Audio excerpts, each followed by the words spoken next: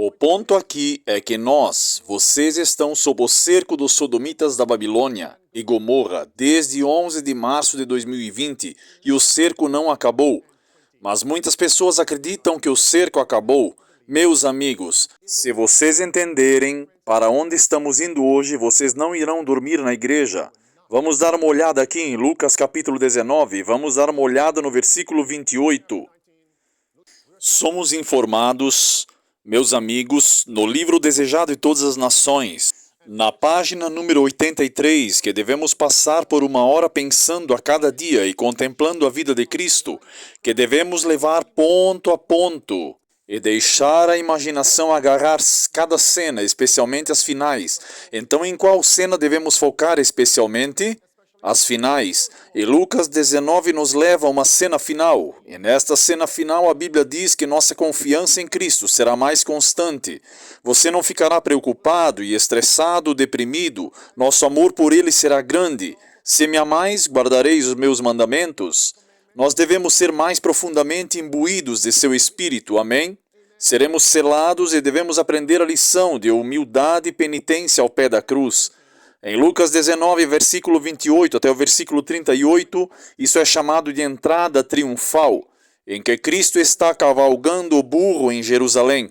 Esta é a última semana do ministério terreno de Cristo, é uma cena final. Olhem agora para o versículo número 41. E quando ele se aproximou, ele contemplou a cidade e chorou sobre ela. Sublinhem a palavra cidade.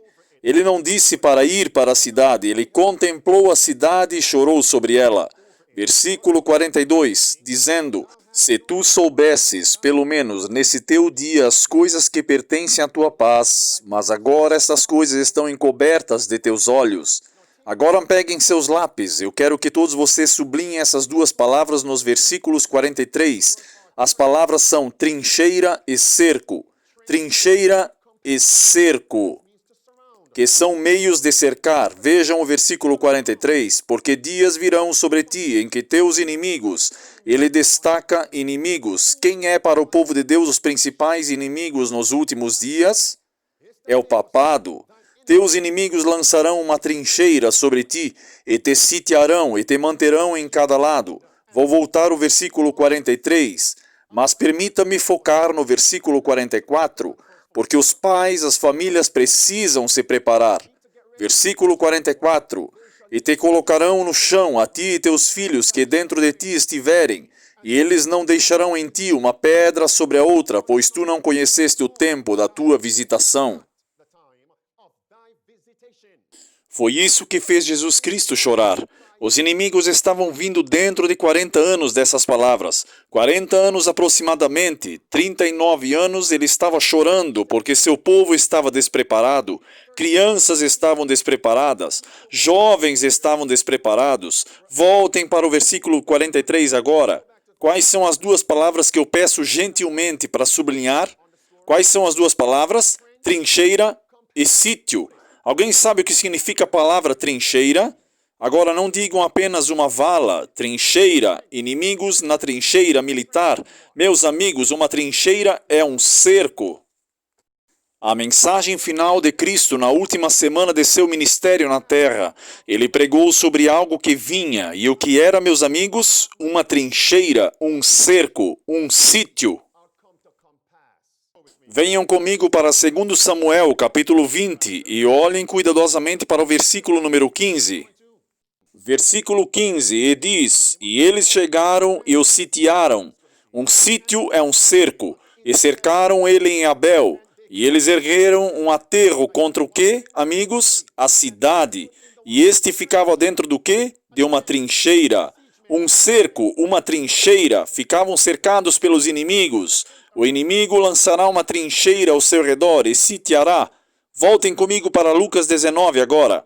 E vá para Lucas 21, versículo 20. Vocês chegaram lá, meus amigos? E diz, versículo 20.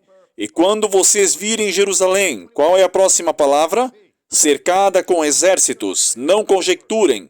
Diz que você conhecerá a desolação, a destruição, o fim do tempo da graça.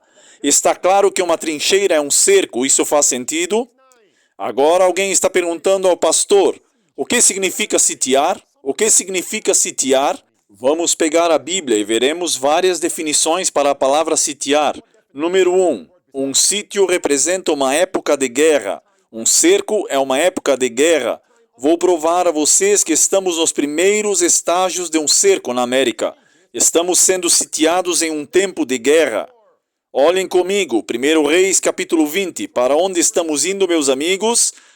Vejam o versículo 1 e, por favor, façam algumas anotações. Este é um estudo bíblico que vocês podem dar a mentes inquisitivas, especialmente para pessoas que estão assistindo aos eventos atuais e estão perguntando o que todas essas coisas significam.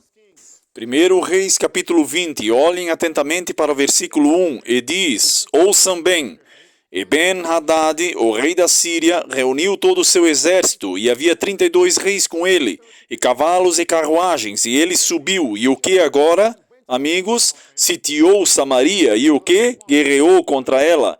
Então, o que é um cerco? É um tempo de que, meus amigos? É um tempo de que, meus amigos? Um tempo de guerra. E essa é uma definição bíblica. E hoje quem principalmente sediou Jerusalém após a morte e sepultamento, ressurreição e ascensão de Cristo no ano 1870? Quem sitiou Jerusalém? Roma. O Império Romano, sob Titus, o general romano, Roma. E cujo poder surgiu do Império Romano. E quem é o chefe dos inimigos de Deus nos últimos dias? É o papado. Vamos comigo agora para 2 Reis 24. Uma segunda definição para um sítio, guerra, cerco. Um cerco também é um momento em que o inimigo vem para tirar a terra e subjugar as pessoas, oprimir as pessoas, controlar as pessoas. Este é um tempo de cerco. 2 Reis capítulo 24, olhem para o versículo 11. Amigos, eu quero que vocês prestem bem atenção hoje. Seus olhos serão abertos para o tempo em que estamos vivendo. Jovens e idosos, versículo 11 de 2 Reis, capítulo 24, diz: Nabucodonosor, rei de quem? Babilônia. Sublinhem Babilônia, porque vocês terão que ensinar isso a outras pessoas. Rei da Babilônia veio contra a cidade e os seus servos fizeram o quê? A sitiaram. A cidade, Jerusalém, eles a cercaram. Versículo 12. E Jeoaquim, o rei de Judá, saiu para o rei da Babilônia, ele e sua mãe, e seus servos, e seus príncipes, e seus oficiais, e o rei da Babilônia o tomou no 8º ano do seu reinado. Que coisa, que visão! Então, em uma época de cerco, os inimigos controlam a nação, vocês percebem? Conseguem ver, amigos? Ele controla e mata o povo dessa nação. Observem o versículo 13, porque vou mostrar a vocês que esse cerco na Bíblia é um tipo do que o Papa Jesuíta Católico Romano está cometendo pecados oficialmente desde 11 de março de 2020. Antes de ir para o versículo 13 de 2 Reis 24, observem. É o rei de qual nação que sitiou Jerusalém e Judá? Qual nação? Muito bem, Babilônia. E quem é a Babilônia moderna? Quem é a Babilônia moderna? Vocês estão vendo o meu ponto? Amigos, vocês sabem disso. Todos esses textos vocês conhecem. Babilônia é o papado, vocês sabem disso. Então, o que vocês veem, o que a antiga Babilônia estava fazendo nos tempos bíblicos, é o que a Babilônia moderna vai fazer. Faz sentido, meus irmãos? Vocês conseguem ver isso agora? Faz sentido? Olhem para a tela. Aquela escritura no capítulo 18 de Apocalipse, versículo 10 a 14. Vamos conectar o que o papado diz que começou a fazer e continuará a fazer, como Nabucodonosor fez quando cercou Judá. Vejam o versículo 13. E Nabucodonosor, rei da Babilônia, e ele carregou dali todos o que, meus amigos? Os tesouros da casa do Senhor. E se vocês continuarem lendo, ele levou todos aqueles tesouros de volta para a Babilônia. Vejam o versículo 15, última frase do versículo 15, última frase. E os levou cativos de Jerusalém para a Babilônia. Um cerco. O inimigo Babilônia assume o controle dos tesouros naquela terra. Então, o que é a moeda digital? Não. Vocês não estão me ouvindo, meus irmãos e irmãs. O que é a moeda digital global agora? Esta manhã eu mostrei o vídeo, ontem eu reproduzi o vídeo, quinta-feira eu reproduzi o vídeo. O FMI, o diretor-gerente do FMI, disse que as moedas nacionais digitais não são suficientes, não atendem à necessidade. Queremos uma moeda digital do Banco Central Global e apenas um órgão, a Apex, governará tudo. Vocês percebem onde estamos? Estamos num cerco. Controlem o poder econômico da América e de todos os outros países sobre os quais estamos. E o Papa pediu uma nova ordem econômica pós-pandemia de 11 de março de 2020. Onde nós estamos? Num cerco. Examinando a Escritura agora, capítulo 18 de Apocalipse. Eu disse a você que seria uma lição séria, amigos. Muito, muito séria. Eu gostaria que, em um futuro próximo, pudéssemos alugar um salão em algum lugar no centro da cidade e chamar a comunidade para vir e ouvir isso. E podemos conectar essas coisas com a reforma de saúde, vitória sobre o pecado e a justiça de Cristo, e dicas de sobrevivência, amém? Porque as pessoas pensam sobre essas coisas, o que todas essas coisas significam. Estamos no cerco, amém? Olhem para a Escritura aqui, que é o capítulo 18 de Apocalipse. Vocês estão muito familiarizados. Versículo 10 ao versículo 14. Fala sobre a Babilônia e os mercadores da terra. E diz claramente, meus amigos, a Babilônia controla todas as coisas preciosas, todos os tesouros. Vocês veem isso? E a palavra vermelha diz que a Babilônia também escravizará as almas dos homens. Nós estamos sob o cerco. Quando uma nação está no cerco, o povo tem que desistir de suas liberdades. O que acabei de dizer? Quando uma nação está em um cerco, o povo tem que desistir do quê? De suas liberdades. O que aconteceu com o rei Jeoaquim em 2 Reis 24? Ele não podia mais residir em Judá. Ele foi levado como um escravo para a Babilônia. Então, o que aconteceu com os direitos dele? Os direitos de sua esposa, os direitos dos filhos, eles não tinham mais direitos. Vocês estão entendendo meu ponto, amigos? O que aconteceu durante a pandemia? O que aconteceu com nossas liberdades? Não tínhamos escolha no assunto. Suas liberdades foram realmente restritas, suspensas. Nós fomos todos cercados e a maioria do povo é ignorante. Então, quem deve despertá-los? Está bem aqui, amigos. Esse é o inimigo do povo de Deus. Esta é a igreja perversa, a hierarquia, os jesuítas, o osso do tráfico de escravos. Aí está, meus amigos. E o papado despreza as liberdades na Constituição dos Estados Unidos da América e também em todas as outras nações. Está bem aí.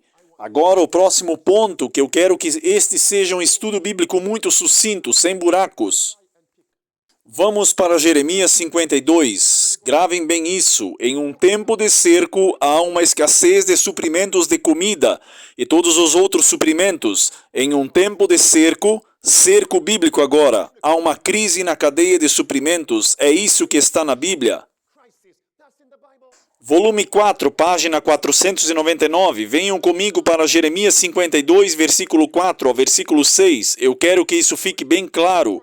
Versículo 4, e diz: E aconteceu que no 9º ano de seu reinado, no 10º mês, no 10º dia do mês, prestem bem atenção, veio Nabucodonosor, rei da Babilônia, veio ele e todo o seu exército contra Jerusalém. Versículo 5, então a cidade foi o quê?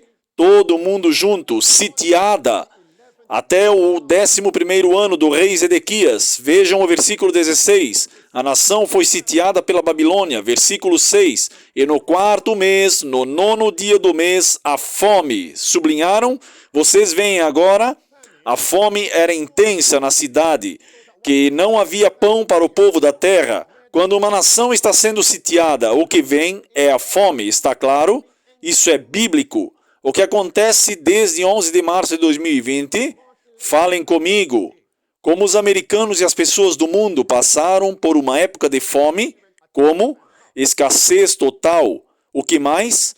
É a sua hora. O que agora? Preços altos, certo? Porque foi um problema de demanda, certo? O que mais?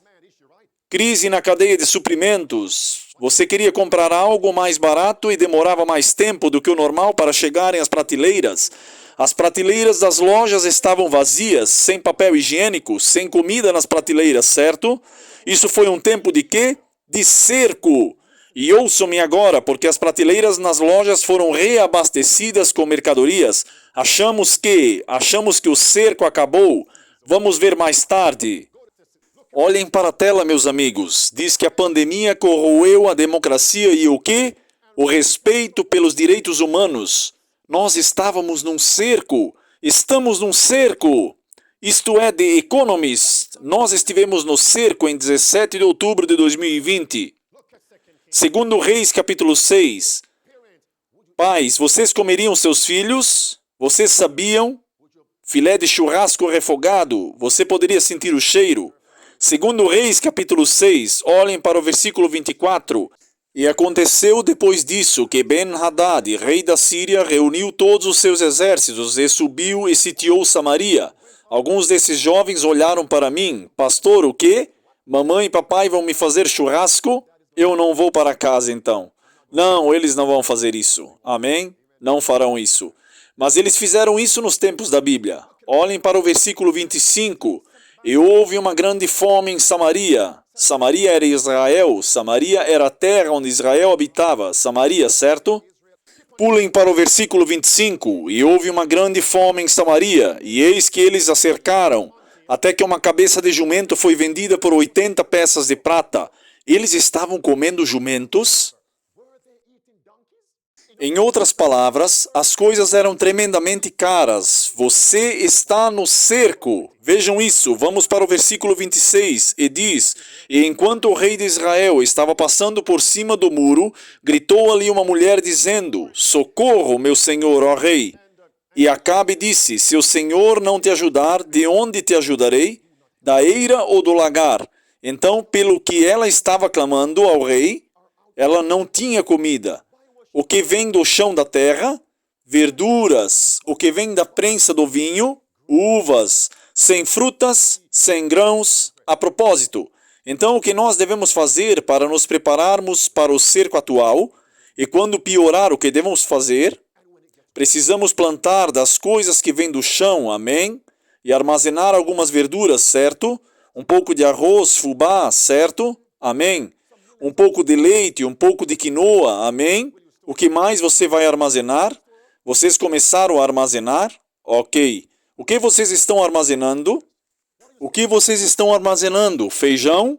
O que mais? Eu disse isso antes, arroz. Macarrão? O que mais?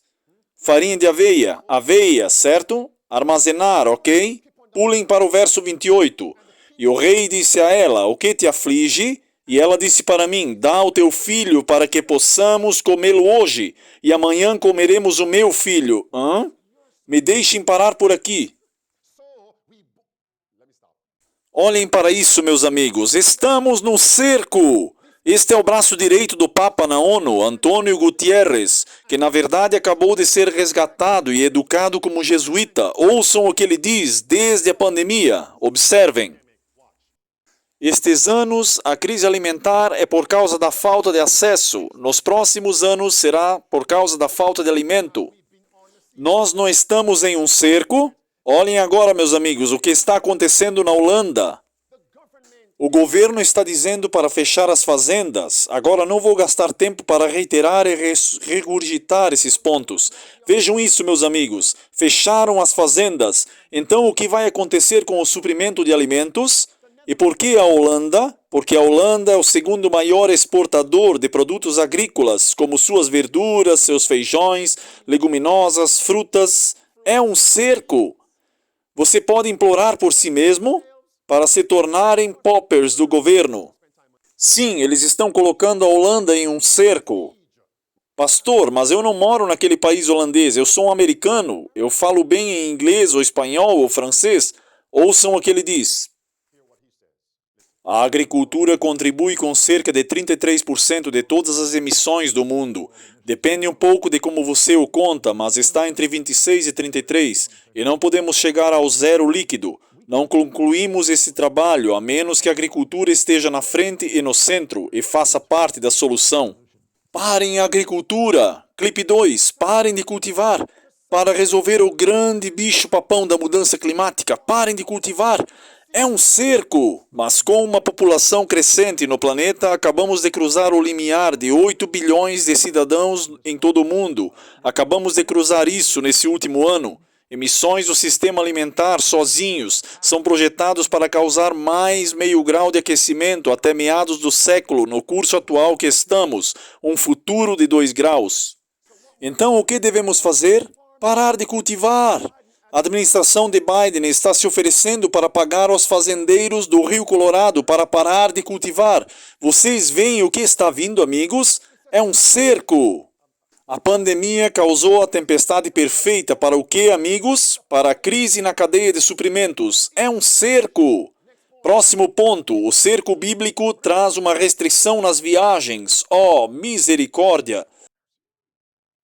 Em um cerco, a viagem é restrita. O que vem à sua mente? O que aconteceu em 11 de março de 2020? Quem controla o suplemento de alimento controla quem? Controla o povo. Isso está na Bíblia. Isso está na Bíblia. Vamos voltar aqui. Isso está na Bíblia. Quem controla a comida, controla as pessoas. Apocalipse capítulo 18. O que a Bíblia diz bem ali no versículo 10 ao versículo 14... Eles controlam o vinho, palavras azuis, eles controlam o óleo, eles controlam os cereais, eles controlam o trigo e o que mais? E escravizam as almas dos homens. Se você controlar a comida, você controla o povo. Isso é o que a Bíblia está falando, amigos. Caminhamos para o cerco. Ok, assistam a isso agora. Vamos ver se houve uma restrição de viagem desde 11 de março de 2020. Olhem para isso agora, amigos. Viajar durante a pandemia da Covid-19. Durante a pandemia, muitos países e regiões impõem. Sabem o que, amigos? Todos nós sabemos o que? Quarentenas, faixas de entrada ou as restrições de viagens para cidadãos ou viajantes para as áreas mais afetadas. Alguns países e regiões impõem restrições globais que se aplicam a todos os países e territórios estrangeiros. Vocês podem ler o restante. Amigos, estávamos sobre o cerco. Posso fazer uma pergunta? Quanto tempo eles disseram que a pandemia da pestilência 19 duraria? Quanto tempo? 3 anos. Vocês sabiam que na Bíblia o cerco da Babilônia sobre Judá foram 3 anos? Vamos comigo para 2 Reis, capítulo 17. A pandemia corroeu a democracia e o respeito pelos direitos humanos. Está lá na tela, direitos humanos. Olhem para isso, meus amigos. Observem com atenção. Isso saiu há alguns momentos atrás. Vejam isso. Esta é a congressista Michelle Bachmann sobre viajar sendo restrito. Vejam isso. Não somente, ok? O Senhor é muito bom. O ponto aqui é o seguinte. Eles nos disseram que a emergência da pandemia acabou há 3 anos. É o que eles disseram. Mas agora eles estão pedindo um certificado de saúde digital global e sem ele você não pode viajar. Olá, o que é isso? Um cerco! Isso não acabou! Congressista Bachmann, conte-nos um pouco sobre o que você experimentou quando foi para Genebra, na Suíça. E nós somos pelo menos parte do público ouvindo todas as coisas acontecendo na Organização Mundial da Saúde. Clipe 2. Que houve uma ação bombástica absoluta, imprensa, uma carta de imprensa que disse que a União Europeia já desenvolveu um passaporte digital global que regulará a capacidade das pessoas de usar o transporte e também regulará as questões da nossa saúde. Que o passaporte digital global, que seria essencialmente um código QR em seu telefone celular, o indivíduo teria que estar em conformidade com os mandatos da Organização Mundial da Saúde para poder viajar, para poder se mover. Cerco! Vocês viram agora? O cerco não acabou. Estamos apenas nos estágios iniciais. Estamos no olho da tempestade. Isso tem consequências tão profundas para cada pessoa na Terra, porque o plano previsto é que cada pessoa na Terra irá ficar sob o domínio e controle da Organização Mundial da Saúde. Então é sobre a sua soberania nacional, os direitos individuais pisados a pés, abolidos. Ouçam o clipe 4. E segunda-feira, a Organização Mundial da Saúde, junto com a União Europeia, fizeram um passaporte digital e também firmaram os primeiros blocos de construção. presumivelmente fundindo a moeda digital, e os registros digitais de saúde de toda a nossa vida serão eventualmente mesclados neste código QR digital. E eles disseram que a data efetiva é junho de 2023. Em outras palavras, agora mesmo. Esse passaporte digital global está conectado agora. Estamos num cerco! Meus amigos, por que vocês acham que eu estou lhe dando passagens bíblicas? E simplesmente permitir que os eventos atuais confirmem isso. Então, quando eu falo, não são teorias da conspiração, é a verdade da Bíblia. Último clipe. A OMS está orgulhosa de lançar hoje a rede digital global de certificação de saúde. Que mês? Junho, no cerco. 1º de junho, ouçam. E eu estou muito feliz que a partir de 1º de junho, a Organização Mundial da Saúde assumirá a estrutura do certificado digital da União Europeia.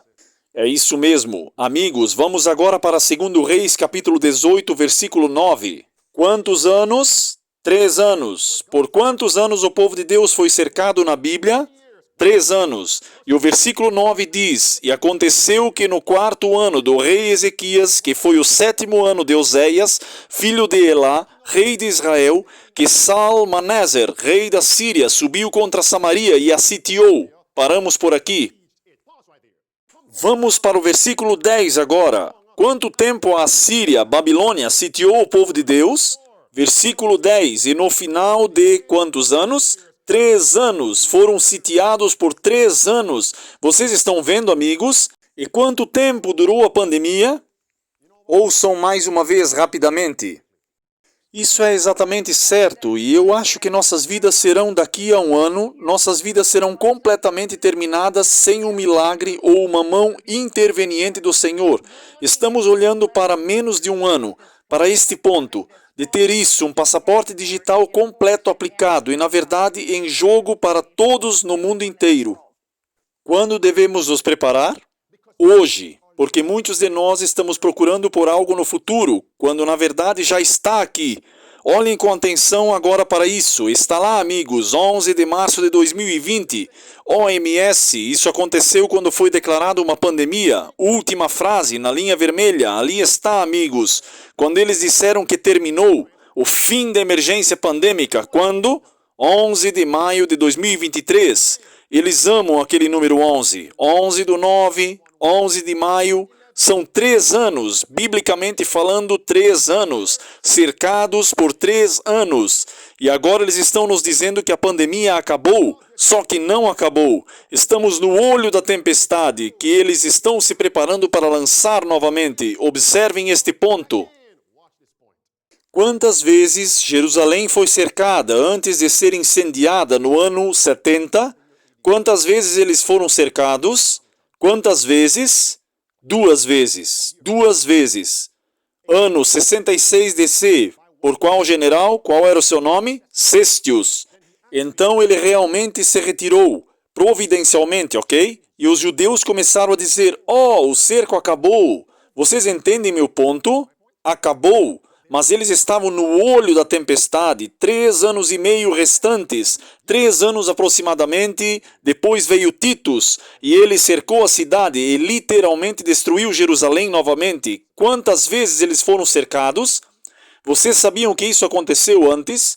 E aqui está o meu ponto. A Bíblia diz pela boca de quantas testemunhas que toda a verdade seja verificada, pela boca de 2 ou 3 testemunhas, e todo mundo seja um só estabelecido. Venham comigo para Jeremias capítulo 37. Este não é Jerusalém no ano 66 ou 70.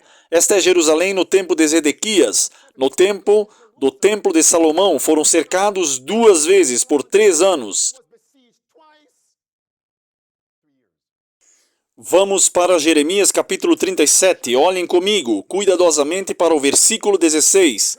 Vamos começar com o versículo 5. Observem cuidadosamente. Então o exército do faraó saiu do Egito. Meus amigos, deixem-me dizer uma coisa. Por favor, não durmam agora. E quando os caldeus babilônios, que sitiavam Jerusalém, ouviram as novas, o que eles fizeram? Partiram de Jerusalém. Vocês perceberam o que aconteceu aqui? Jerusalém foi cercada, mas o que aconteceu? Deus providencialmente enviou o exército egípcio aos babilônios. Espere um minuto, vamos voltar para lidar com os egípcios. Perceberam meu ponto? Deram um tempo em Jerusalém para fazer o quê? Vamos para o versículo 6. Eu me pergunto, o que aqueles em Judá e Jerusalém fizeram quando houve uma retirada? Quando Antônio Guterres e Tedros, diretor da OMS, que agora declaram o fim da pandemia, eu agora declaro o cerco acabou. Olhem para o versículo 6. Então veio a palavra do Senhor ao profeta Jeremias dizendo, assim diz o Senhor, o Deus de Israel, desta forma direis ao rei de Judá, que vos enviou a mim para me investigar. Eis que o exército de Faraó veio para ajudá-los. Retornará para o Egito, para sua própria terra. E os caldeus virão o quê? Novamente. O quê? Vocês veem agora? Os caldeus virão novamente. Então, por que Deus permitiu que os egípcios viessem e cutucassem Nabucodonosor? Ei, venham aqui. Por quê? Para preservar Israel, para Israel se preparar para o que estava vindo novamente, um segundo cerco. Agora ouçam o que eles estavam dizendo em Jerusalém, quando a Babilônia recuou. Versículo 8. Os caldeus virão novamente e lutarão contra esta cidade, e a tomarão e a queimarão com fogo, assim diz o Senhor. Todos leiam juntos agora. O que ele estava dizendo ao professo povo de Deus? Não enganeis a vós mesmos, dizendo, os caldeus certamente afastar-se-ão de nós, porque eles não se afastarão. Eles estavam dizendo que acabou a pandemia. Acabou o cerco, mas Deus diz que está chegando e será muito pior porque eles queimarão as cidades com fogo. Então o que está por vir, meus amigos? Então, ao lado dessa escritura, vamos para o grande conflito, página 30. O grande conflito, página 30 e 31. O capítulo com título A Destruição de Jerusalém, que confirma que em 66 e 70 DC, que o segundo templo foi sitiado 2 vezes e depois destruído. O templo de Salomão em Jeremias foi sitiado quantas vezes? 2 vezes e então foi destruído. São 2 testemunhas. Então o que acontecerá nos últimos dias? Falem comigo agora. Esperamos o quê? Muito obrigado, muito obrigado. Esperar o quê novamente agora? 2 cercos. Já passamos por um. Já passamos por um. Então, o que devemos começar a fazer agora? Nos preparar. Vocês veem o que acontece quando é baseado na Escritura? Vocês veem isso? Não deve haver nenhuma confusão dizendo que essa é sua opinião, mas é da Bíblia. As pessoas dizem, você e seu apresentador, o quê? Vou orar por você. Eu oro por você. Quando baseamos pela Escritura, você consegue entender os eventos atuais, confirmando a Bíblia. João 14, 29, falando sobre a crise, eu digo a vocês essas coisas antes que aconteçam, para que quando acontecerem vocês possam acreditar. Onde devemos olhar para essas profecias acontecendo? Nos livros da história ou nos eventos atuais? É assim que vocês conseguem ver. Faz sentido agora? Agora, um ponto poderoso. Alguém sabe por que Jeremias foi preso? Não sei se Deus vai me colocar ou permitir-me ir à prisão. Por amor à verdade, amém? Por que Jeremias foi preso? Alguém sabe por quê? Eu não iria fazer essa pergunta se não estivesse baseado no contexto, então falem comigo agora. Por que vocês acham que o profeta Jeremias foi preso pelo rei de Judá? Vamos lá, qual a verdade? Sobre o que ele estava pregando? Isso é para uma geração da verdade presente. Contexto do tópico. Ele estava pregando que um segundo cerco estava chegando. Nós acabamos de passar por um e o segundo está chegando.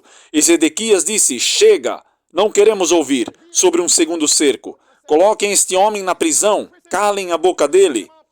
Jeremias 32. E isso veio da igreja, não do Estado, da igreja.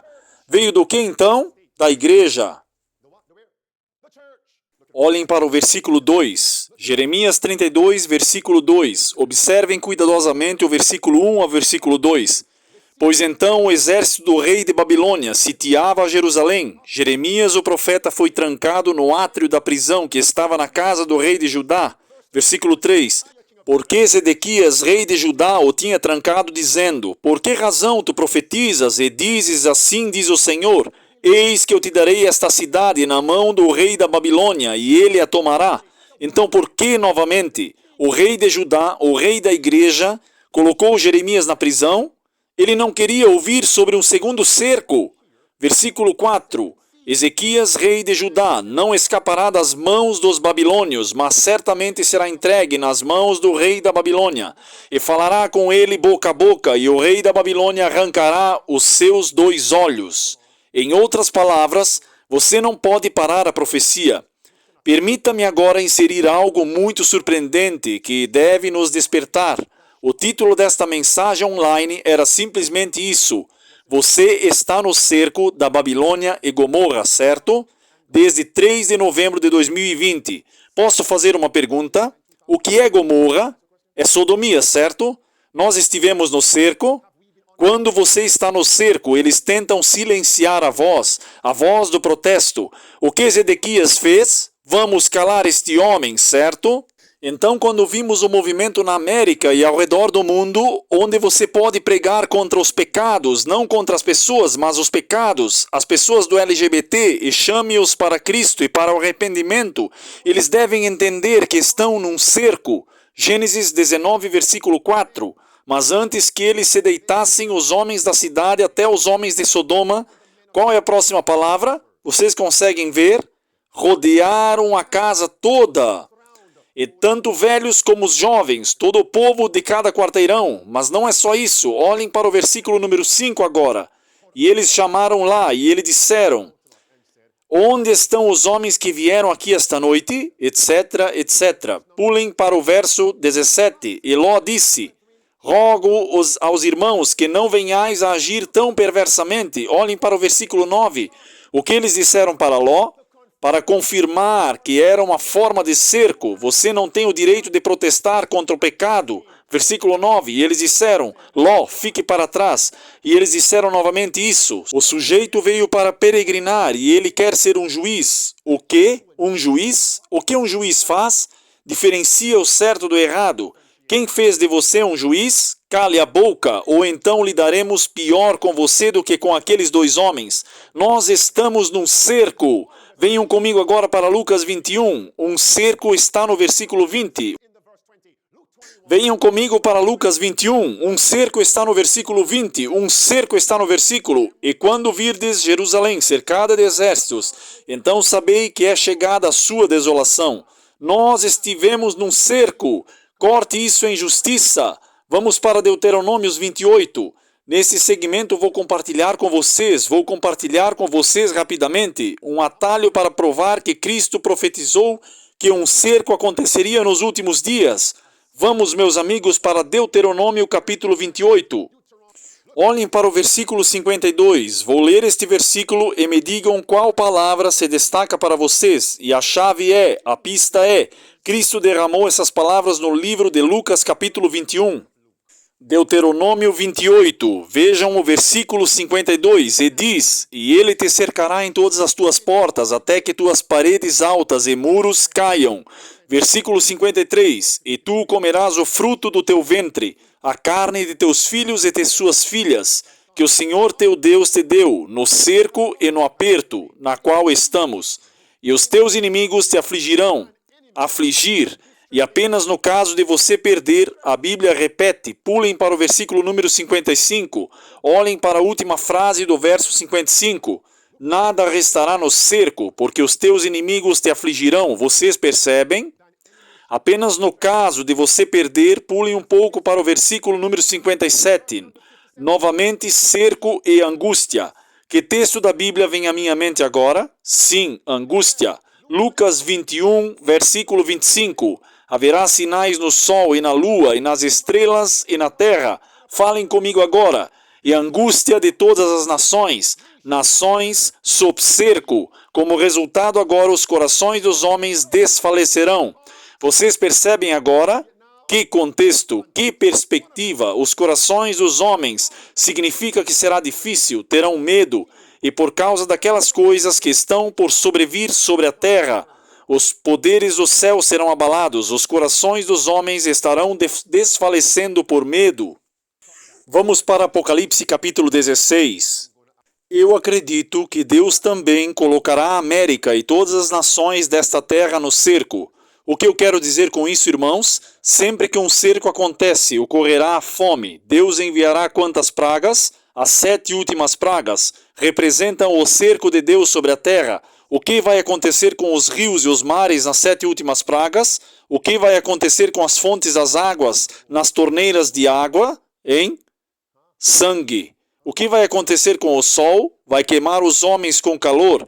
Então, o que vai acontecer com a vegetação sem luz solar, sem água? Cerco. Faz sentido? Cerco. O que vai acontecer ao sol também? Escuridão. O que pode crescer sem luz? Cerco. E então a 7ª praga é o quê? Não é Jesus. É granizo, pedras pesadas de granizo, um cerco. Faz sentido? Agora, o meu último ponto. Venham comigo para Apocalipse 20. Vocês sabiam que Satanás, na última hora de sua existência, ele vai fazer um cerco contra Nova Jerusalém? Ele não muda. Satanás não muda. Eu fico animado, não por Satanás, mas por saber que faz sentido. Porque Deus conta o fim desde quando? Desde o começo. E também Ele nos mostra o fim para que possamos entender o que está acontecendo. Versículo 7. Versículo 7 diz que Satanás será solto de sua prisão. Os 1000 anos chegaram ao fim. A segunda ressurreição ocorre agora. Olhem agora para o versículo número 8. Versículo 8 diz que uma batalha se segue, é um cerco, um tempo de guerra. Vocês percebem como todas as suas anotações fazem sentido? Olhem agora para o versículo 9. Satanás e seus demônios e os impenitentes, eles subirão sobre a largura da terra. E o que acontecerá então? Um cerco. Um cerco. Cercaram o arraial dos santos e a cidade amada. Mas então o que acontece? Ouçam. Em vez de a Nova Jerusalém ser incendiada, vocês estão compreendendo? Por Nabucodonosor, por Titus, agora Deus preserva a Nova Jerusalém. Poderoso, não acham?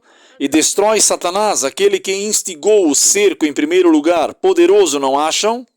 Então, como devemos agir nesse tempo de cerco, no olho da tempestade? Quero trazê-los para o livro de Daniel. Qual livro? Todos vêm comigo para Mateus 24. Esta escritura brilhará mais em sua mente. Vejam o versículo 14. Jesus diz que o fim virá quando o evangelho será pregado, certo? Olhem para o versículo 15. Quando vocês virem, portanto, a abominação da desolação, descrito por quem? O profeta Daniel, estiver de pé, o que significa para nós? Quando vocês verem o poder do inimigo de pé no lugar santo, o que isso significa agora? Vamos lá agora. Um cerco. Faz sentido para vocês agora? Faz sentido agora? Observem isso. Como devemos agir no tempo do cerco?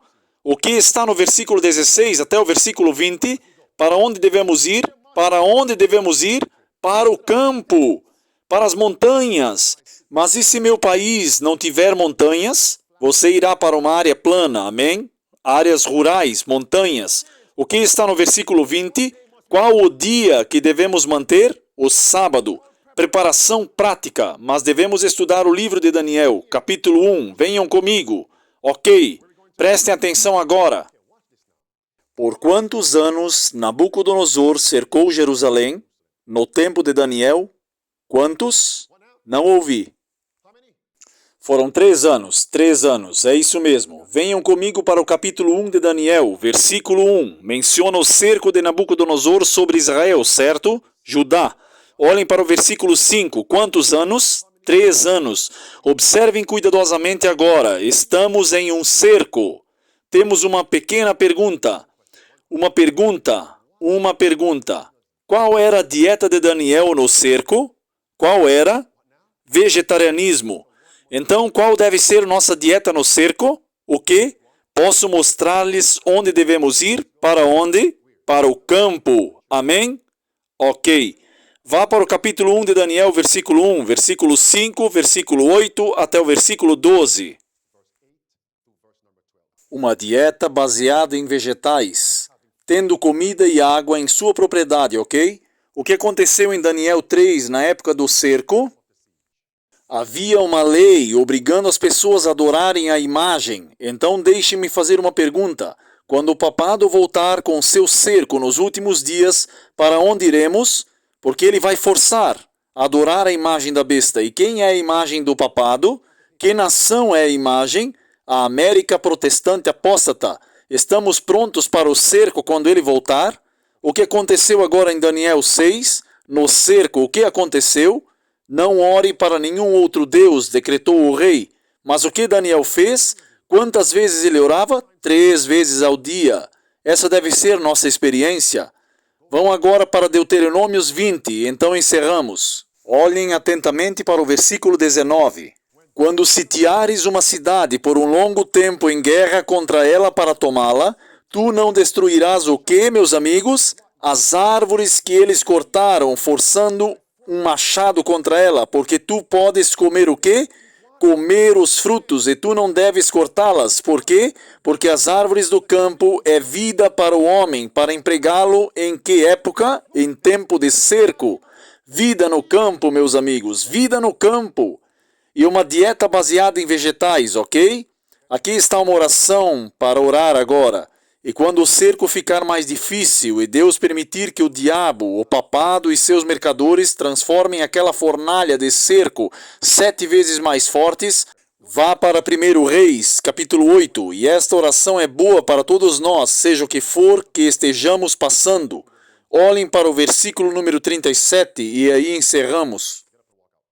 Olhem atentamente para o versículo 37. Se houver na terra, qual é a primeira coisa?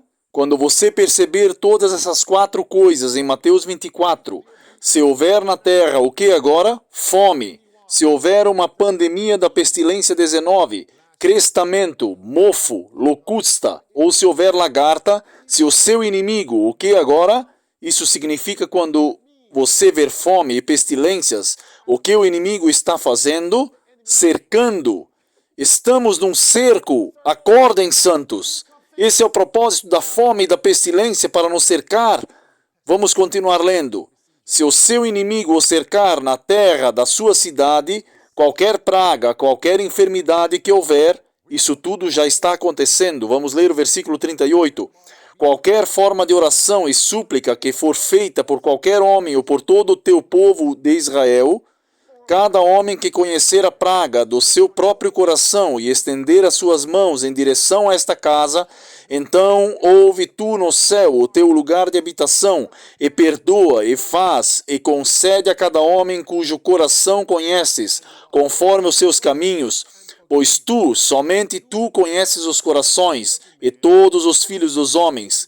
Que oração, meus amigos!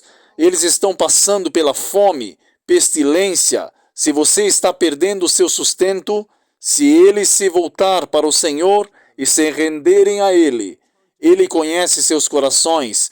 Se eles voltarem-se para o Senhor em oração, não para Jerusalém literal lá no Oriente, mas a oração que vai até o santuário celestial, ouça tudo ao céu da tua morada e perdoa seus pecados, porque nós nos rendemos. E o quê?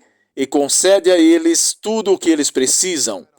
Não importa o pouco que você tem para armazenar, Deus fará um milagre com o pouco que você tem. Mas tudo começa com a conversão. Vocês compreenderam o que ouviram esta noite? É real para vocês agora que estamos em um cerco? A primeira etapa passou e está vindo a outra novamente. Que possamos ser encontrados prontos. E é por isso que não podemos apenas falar sobre preparação. Amanhã, domingo, coloque mais esforço no trabalho de preparação. Segunda-feira, coloque mais esforço no trabalho de preparação. Nisso. E não façam isso com base em sua conta bancária, mas com base na fé, para que Deus receba a glória. Todos nós podemos viver e sobreviver nos últimos dias. Enquanto oramos, que Deus nos prepare para pregar para as pessoas amanhã, para que elas também possam entender que todos nós já estamos em um cerco. E qual é o trabalho de preparação? Salvação, saúde física, mental e espiritual. E eles devem estar no local certo e, por sua vez, ir e alcançar os outros. Orem comigo agora neste momento. Pai que estás nos céus, somos gratos por esse estudo bíblico. Foi verdadeiramente uma revelação, uma iluminação. Não sejamos apenas leitores e ouvintes de sua palavra, mas que sejamos praticantes. É minha oração que essas palavras nos estimulem ao trabalho de preparação agressiva e evangelismo agressivo. Mantenha-nos fiéis e nós agradecemos, somos gratos por essa oração. A esperança nessa oração, se nós voltarmos a Ti e orarmos em um momento de necessidade, precisaremos ouvir do céu e o Senhor nos curará e proverá para nós a esperança para nós. Obrigado por nos ouvir, obrigado por responder e prepara-nos para o evangelismo de amanhã nesta comunidade. Prepara-nos para sermos recipientes do Teu Espírito para que possamos transmitir vida àqueles com quem nos comunicarmos. Obrigado, prepara-nos para esta nova semana. Temos instruções agora, sabemos o que fazer. Preparem-se, preparem-se, preparem-se.